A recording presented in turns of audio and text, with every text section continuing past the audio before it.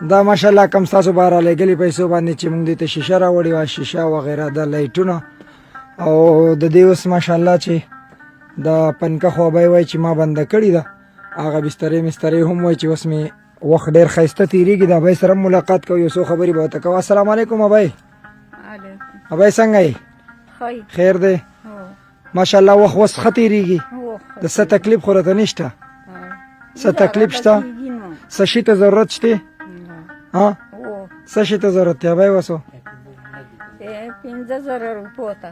ښه نو څنګه چې ملګرو تاسو مخکې هم کتلې وه د اخلاص په پرده باندې د دې ابۍ زموږ سره څه پیسې امانت پاتې شوي هم وي، ځکه چې دی ویلي و چې زما دا ځګی چې دی دا یوازې دی او دلته کې څوک نشته زما سره د دغه د پیسو د ساتلو. اوس موږ راغلي یو د ابۍ حال احوال هم واخیستو، راشن ماشن وغیره څه چې کمی و هغه هم الله تعالی پوره کړي دي او دا اوس وایي چې زه بیماره یم، اصل لږو پیسو ته مې ضرورت دی.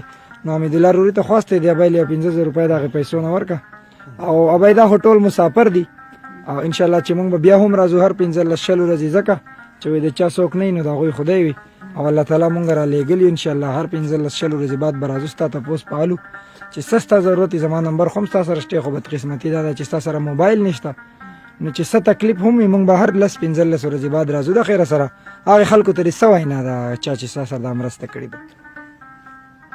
هغو ته مې د دې دعا وینا ده چې خدای دې ولې عمر ورکړي او خدای پاک دې ورسره ډېر ښه وکړي چې زما سره یې ښه وکړه، زه مجبوره وم.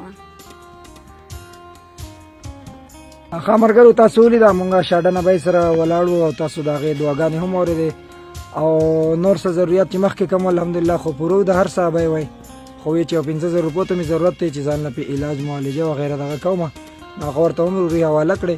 د خپل ځان ډېر خیال ساتئ ملګرو، تاسو چې تر کومې پورې د اخلاص سره ولاړ یې انشاءالله د اخلاص تا سفر به تر قیامت ته سهاره پورې الله تعالی قایم او دایم ساتي او اخلاص د داسې خلکو اواز دی چې د هغوی په دې دنیا کې د الله تعالی نه سوا هېڅوک نشته. د خپل ځان ډېر خیال ساتئ. د حمیدالله روري اولیا سهاره راورکوي. اجازت د الله په امان. السلام علیکم ورحمة الله وبرکاته.